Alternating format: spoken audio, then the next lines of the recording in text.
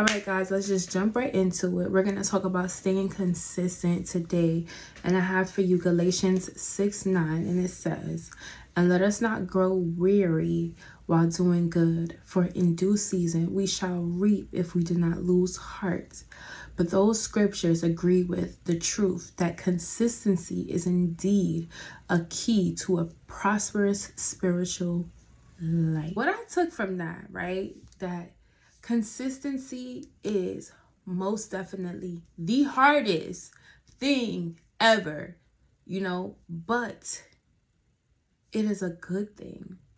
And I think for a while now, I've been looking at it as something that is like a struggle, because ultimately it's out of our norm. You know what I mean? We're so used to doing things a certain way. So once you have to shift your mindset and do things another way, physically and mentally, it's like draining, because it's like you're resetting your whole body, your whole spirit. So it's frustrating, but when we push ourselves to be more excited about the journey, then it no longer feels like a strain. It's something that we will more so look forward to, So we got to pump ourselves up, even though we're like in the back of our mind, ugh, but just pushing forward that good energy is going to bring out that good energy. Find something that you like to do. I started right before jogging, play some music to pump me up, say a quick prayer. I'm doing things like trying to start a 75-day challenge, and you like put post-its on the wall, and every day that you complete, you just take the post-it off. It's more so like I'm seeing my accomplishments, so I'm excited about it. I can't wait for that end of the day to come and take that sticker off. Well, or it's a sermon. We have so many good pastors, and the best part about it is that almost all of them are on YouTube. Listening to those sermons that are like pushing you and motivating you and exciting you to give me that spark. We need something to encourage us. So let's just think about something that makes us happy, that is not going to feed our temptation, but shine light and happiness and excitement on being consistent. So yeah, it's something that I wrote in here in my journal that stood out to me. Okay, boom. I think the key thing here for me is that I don't put God in the center of every area of my life. I think I just put him in specific categories. Like, God, this time right here is for you, or this moment is for you. But no, God, I need strength in every area of my life so I can live fully in a prosperous spiritual life that you already said you have for me. It is already written. Whew. So let's just dissect that a little bit, just a little bit, because I feel like I did, but just to go a little deeper, I get up at 5 and I do Bible study, right? But after that, it's nothing else. Like, don't get me wrong, I would listen to sermons on Sundays, category. I would play my gospel music. I mostly play gospel music.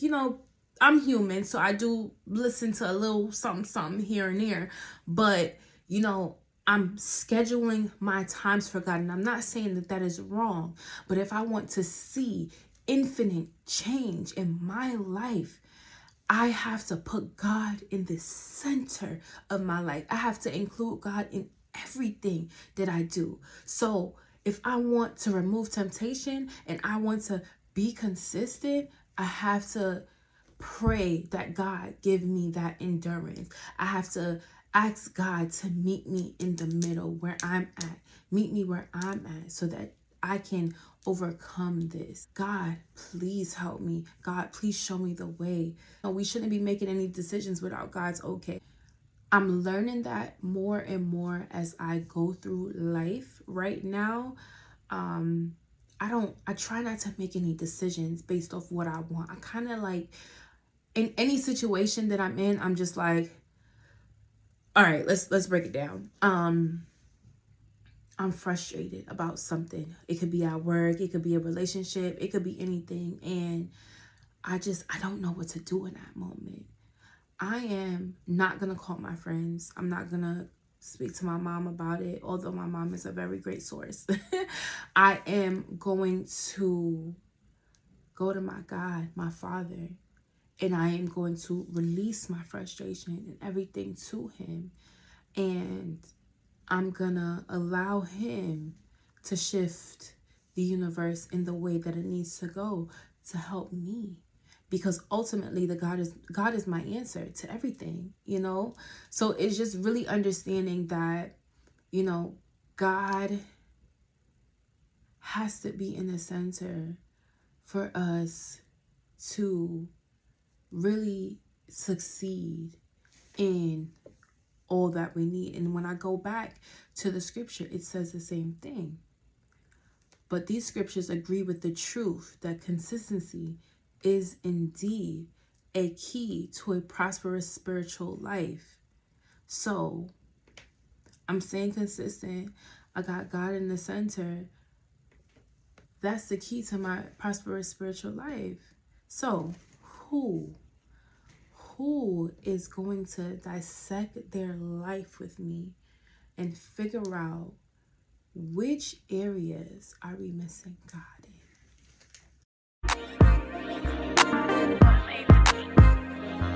in?